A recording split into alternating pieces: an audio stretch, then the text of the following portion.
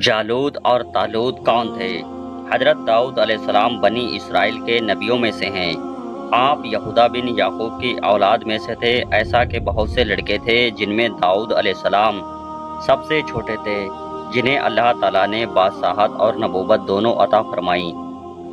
حضرت داؤد علیہ السلام سے پہلے بنی اسرائیل میں یہ سلسلہ قائم تھا کہ حکومت ایک خاندان سے وابستہ ہوتی تھی اور نبوت دوسرے خاندان سے۔ نبوت یہودا کی نسل سے چلتی آ رہی تھی اور بادشاہت افرائیم کے خاندان سے چلتی آئی تھی۔ حضرت داؤد علیہ السلام پہلے شخص ہیں جن کے اندر اللہ تعالیٰ نے یہ دونوں نعمتیں نبوت اور بادشاہت یکجا کر دی تھیں۔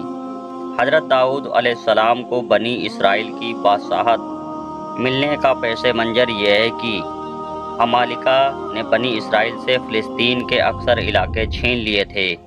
شمویل علیہ السلام اس زمانے میں بنی اسرائیل کے نبی تھے، مگر وہ بہت بوڑھے ہو چکے تھے۔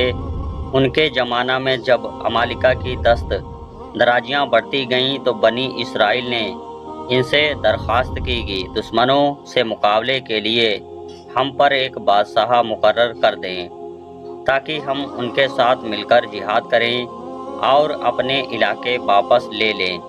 تو ان کی درخواست پر حکم الہی کے مطابق حضرت شمویل علیہ السلام نے قبیلہ بن یامین کے 30 سالہ نوجوان طالوت کو ان پر بادشاہ مقرر کر دیا، اور طالوت کی بادشاہی کی نشانی کے طور پر فرشتوں کے ذریعے وہ تابوت سکینہ بنی اسرائیل کو واپس مل گیا، جس میں تورات کا اصل نسخہ اور حضرت موسیٰ علیہ السلام و ہارون علیہ السلام کی دیگر یادگاریں تھیں جس میں عمالقہ چھین کر لے گئے تھے۔ طالوت بادشاہ بننے کے بعد بنی اسرائیل کا لشکر لے کر جہاد پر نکلے۔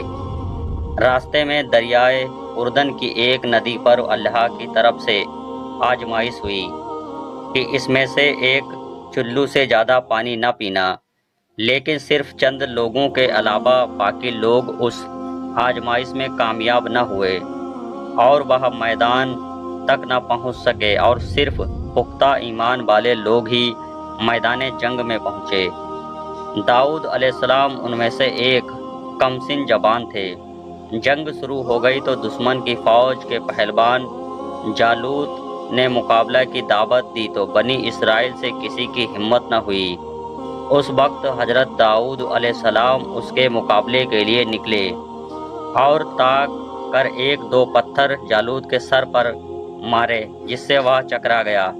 پھر داؤد علیہ السلام نے آگے بڑھ کر اسے مار دیا، جس سے بنی اسرائیل کو مقابلے میں فتح ہوئی، اور داؤد علیہ السلام کی قدر و منزلت بنی اسرائیل میں بہت زیادہ ہو گئی۔ اور پھر حضرت داؤد علیہ السلام سے بنی اسرائیل کی بڑھتی ہوئی محبت کا نتیجہ یہ ہوا کہ انہوں نے طالوت کی موجودگی میں اس کی موت کے بعد حکومت اور بادشاہت حضرت داؤد علیہ السلام کے سپرد کر دی، اور اسی عرصہ میں خدا کا ان پر ایک اور فضل ہوا کہ ان کو منصب نبوت و رسالت کی عطا کیا گیا۔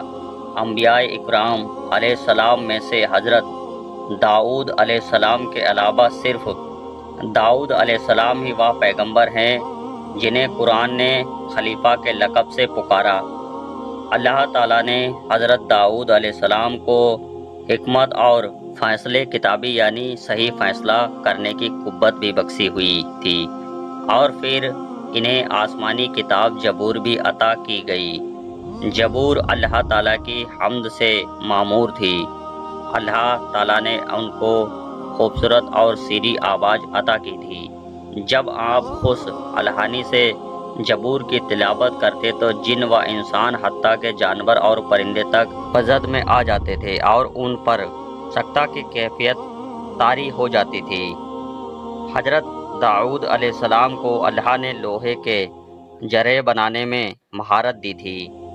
آپ کے ہاتھ میں لوہا آتے ہی موم کی طرح پگھل جاتا تھا، پھر آپ ان سے جرہ بناتے، یہی آپ کا معاش کا ذریعہ تھا۔ اللہ تعالیٰ نے داؤد علیہ السلام اور ان کے فرزند سلیمان علیہ السلام کو پرندوں کی بولیاں سمجھانے کی صلاحیت بھی عطا کی تھی۔ حضرت داؤد علیہ السلام نے بنی اسرائیل پر 40 سال حکومت کرنے کے بعد 100 سال کی عمر میں وفات پائی۔ آپ کی قبر مبارک بیت المقدس سے رملہ جاتے ہوئے اب گبیس کے بعد بائیں طرف ہے۔ ایسے ہی سچے واقعات سننے کے لیے ہمارے چینل کو سبسکرائب کریں۔